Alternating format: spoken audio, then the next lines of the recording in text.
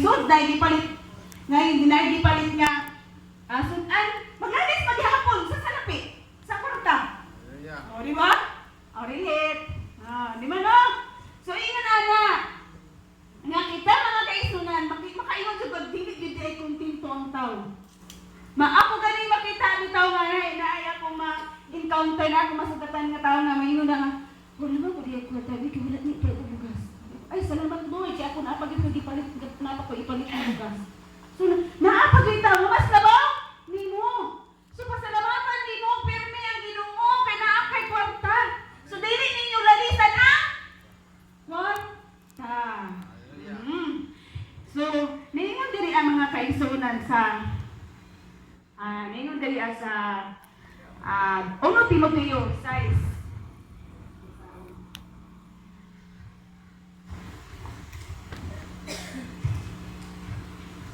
Size, Nuibi hangtod sa Diyos. Ningon ang pulong sa Diyos sa Nuibi.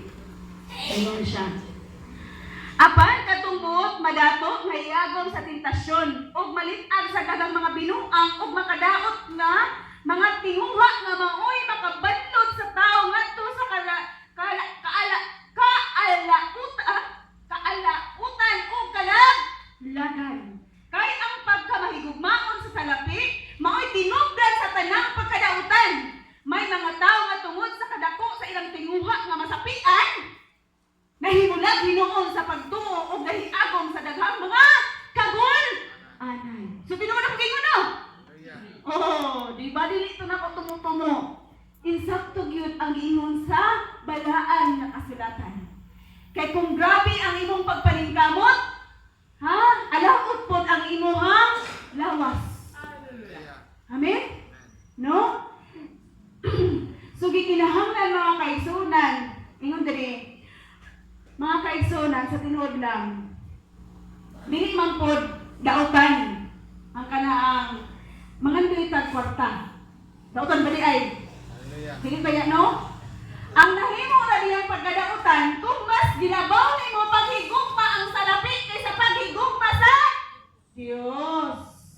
Kay kung ingon ana ang imong pamaagi sa imong kinabuhi nga mas ginabaw pa nimo ang paghigugma sa salapi kaysa Dios, kung sa ingon sa Biblia, mahiagom ka sa utan. So dili na siya mamakak ang Biblia. Mao bitaw nga adunay pagkag-away ninyo. Kay maglalis na mo, no? Tungod sa pagpaningkamot o unsa ang mahitabo, no? Adunay mga consequences, no? Gikinahanglan sa tuang kinabuhi nga mas makontento ta.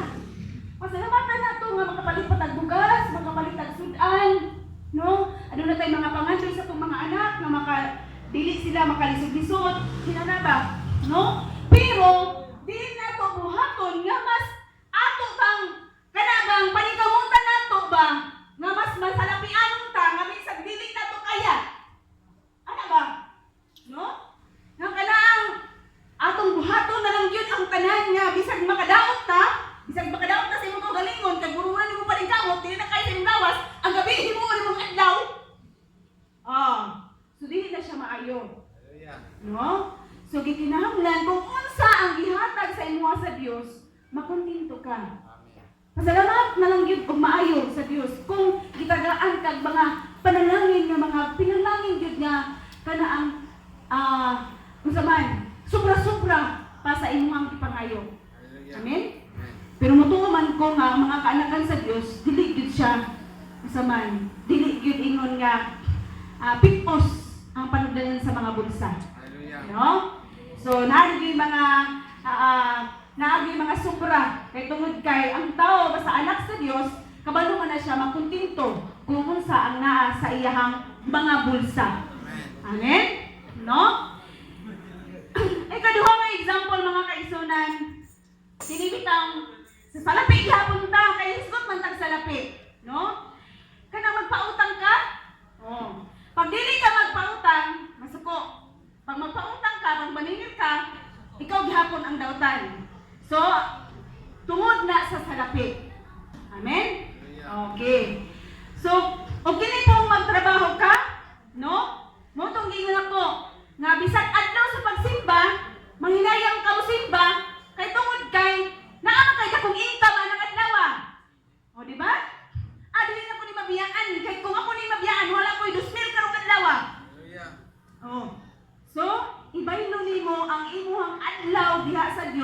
diha sa imong salatianon nga bahin, no? Pasabot mga kaigsunan na kung ayon ana ang atong ang pamaagi sa atong panginabuhi, sarado ang sulod sa atong kasing-kasing. So wala ang paghigugma ni ana mga kaigsunan.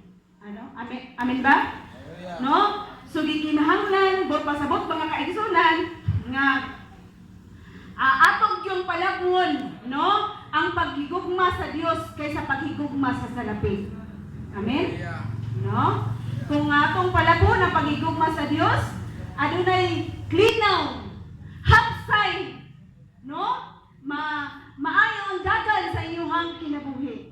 So, walay pa naglalis, walay pa nagbingkilay, tungod kay mas gipalabaw pa nimo ang paghigugma sa Dios kaysa paghigugma sa salapi. No? Mayon pa dali sa Marcos 10:17 hangtod sa 22, sa ingon siya pulong sa Dios.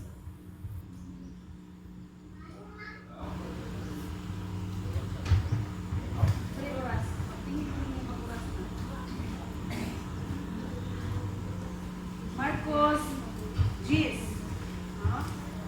Marcos 10:17 hangtod sa 22. Ingon ang pulong sa Dios sa 17. Unya, gitudluan niya ang mga tao, nag-ingon ng Diyos diya sa kasulatan. Ang akong balay, 17.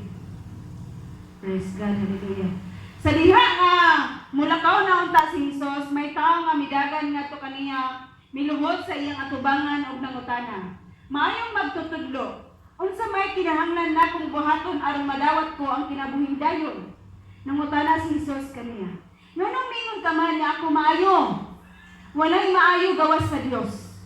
Nahibalo ka sa mga sugo. Ayaw pagpatay, ayaw panapaw, ayaw pangawat, ayaw pagbutang-butang, ayaw panglimbong, tahura ang inyong amahan o inahan. Nitubag ang tao. Magtutudlo, nagtuman ako niining tanang sugo, sukad pa sa akong pagkabatan noon. Nitutok si Jesus kaniya, uban ang gugma og namulong. Usara kabutang ang kinahanglan nimong buhaton. Lakaw ug biyai, ibaligya ang tanan mo katigayunan og ihatag ang halin ngadto sa mga kabos og maangkon mo ang mga bahandi sa langit. Unya balik na ni sunod kanako. Sa pagkadungog sa tao niini naguol siya og masulog og mibiya kang Hesus tungod kay dato man siya kaayo.